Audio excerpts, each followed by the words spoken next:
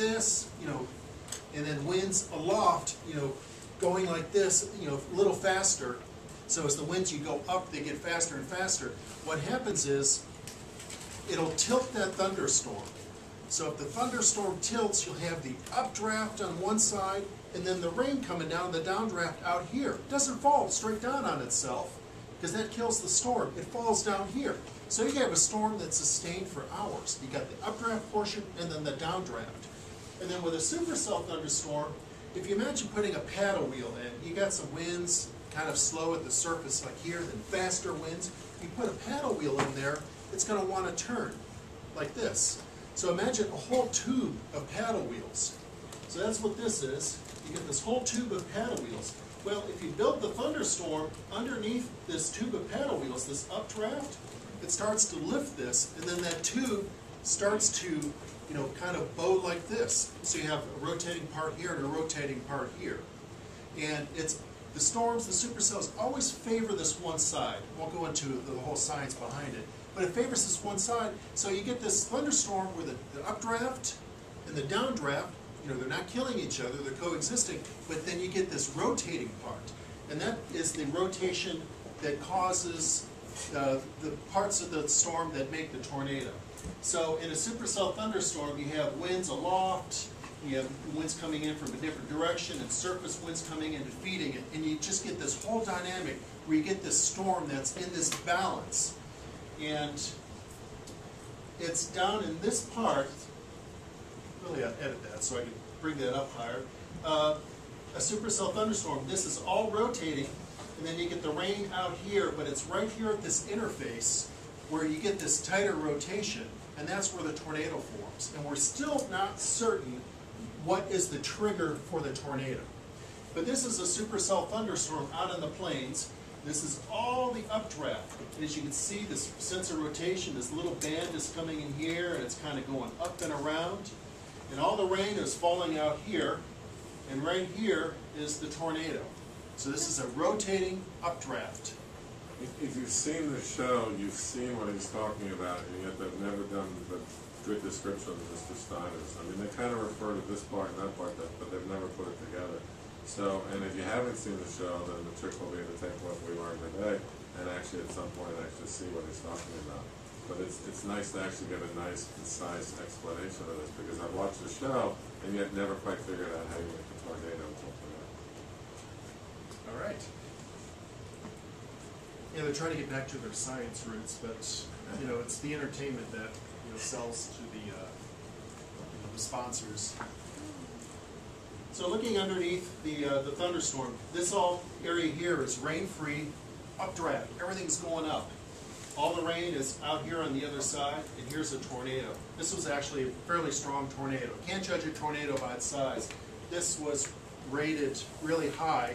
Was doing a lot of damage, and this peeled up asphalt off a highway as it went over. Again, here's the rotating part of the updraft. Here's the tornado. Now look how dark it is in the background. The tornado looks white because the background's so dark because you're looking into the rain. This is the rain-free area, but on the other side is the rain, so the tornado looks dark. The swirl is real evident here, going up and around. And this is a storm, and it finished making its tornado. Tornado lasted a half hour, and it's starting to evaporate. But this is kind of the central core of the storm. You can still kind of see that rotation in it. This is what's left as the storm is dying. Incidentally, just minutes before, we were standing out there under this beautiful storm structure, and all of a sudden, thud, this hailstone about the size of a softball fell about 10 feet from us into the mud. All the ingredients come together for these thunderstorms best in the United States, most specifically out in what they call Tornado Alley, the Central Plains. Down here is Texas, here's the Gulf of Mexico, and you get this low-level feed of moisture off the Gulf of Mexico. All these southerly winds are coming in, and then winds aloft from a different direction, come up over the mountain, the air dries out, so you get this, dry air. So the warm, moist air wants to come up and form these thunderstorms there. And then you just throw in a little front, like a low pressure and a cold front, and all the ingredients come together for supercell thunderstorms. So we want to chase out there. This is a map of 12,000 tornadoes of significant tornadoes, not the weak ones, over the last 110 years. As you can see, right out here is a fairly high density of tornadoes. The season out there is April, May, June. That's why we go out there April, May, June to chase tornadoes. Now we're going to talk a little bit about radar and the science behind radar, because this is the tool we use to in order to study the tornadoes. Now there's two parts about radar. There's reflectivity and Doppler. Now you always hear all the newscasters talking about their Doppler radar. Every station has a name for it. Like Channel 10 has the ultimate Doppler, and so everyone has their specific name. But what you're seeing is not really Doppler radar. You're seeing what is called reflectivity. So when you look on the TV screen, you're seeing all these bright colors, and the bright colors are showing you where the rain is and how intense it is. Now, how radar works, it sends out a pulse of energy, and this energy goes out, and it's like a bat.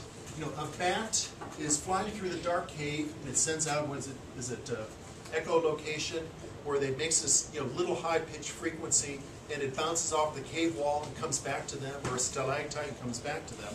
So they know that there's something there and something there to avoid it. Well, when a pulse goes out from a radar, it goes out and it travels at about the speed of light, and it hits something, and then energy is returned back. That it can bounce off a raindrop, a snowflake, a flying cow, an airplane, and that energy comes back, and it knows it's traveling at this speed, so it goes out, it comes back quickly. You know that whatever it's bouncing off, the target, we call it, is a short distance away.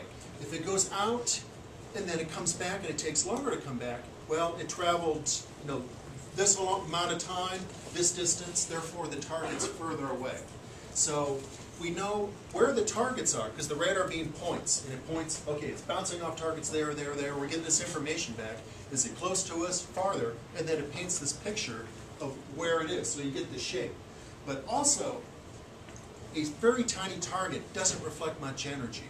So, it doesn't show up very bright on the screen.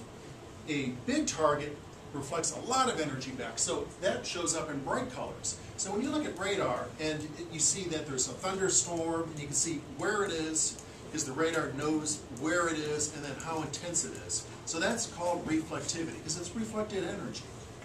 So in this case here, you've got this big thunderstorm all the way up there, but there's this little part that's called a hook echo. The thunderstorm's rotating, and then you get rain wrapped around it, and then it wraps right here, and there's a little donut hole there. Right here is the tornado, and that's what we're seeing. So when you shift it into Doppler mode, which you rarely see, I've lived here 10 years, 9 years, I've seen it once used. When it's in Doppler, they look at the frequency that comes back. And case in point, you have a radar beam up here, and you have a target. Here's a raindrop. But think about when you're at a railroad crossing, and a train's coming at you, and it's blowing its whistle, it's going, nah, nah, it's kind of high frequency, nah, and as it goes past, it goes, nah, it sounds lower, it changes. And from the engineer's perspective, when he hears that, it's keeping the same frequency, the same tone. But to you, when it comes towards you, it's high, then when it goes away, it's low. And what happens is, as it's coming towards you, the sound waves are getting compressed, so the frequency is a little bit higher. But then as it goes away from you, they're getting stretched, so the frequency, the waves are, longer, and it sounds lower. So if you put a raindrop, in the raindrop, you get the waves, coming out of the radar, and it bounces off the raindrop, and if the raindrop's moving away, look at the return energy. The frequency is going to be lower. So if you have a raindrop with the arrow coming toward you, the energy bounces off, it's coming towards you, those waves coming back are going to be compressed, so the frequency seems higher. And if the raindrop's not moving, left or right, the energy goes out, reflected, comes back, it's going to show no change. So we could look at what's called Doppler mode And we could see whether the drops, the flying cows out there, the frequency come back higher or slower. We know if the drops are moving toward us or away from us.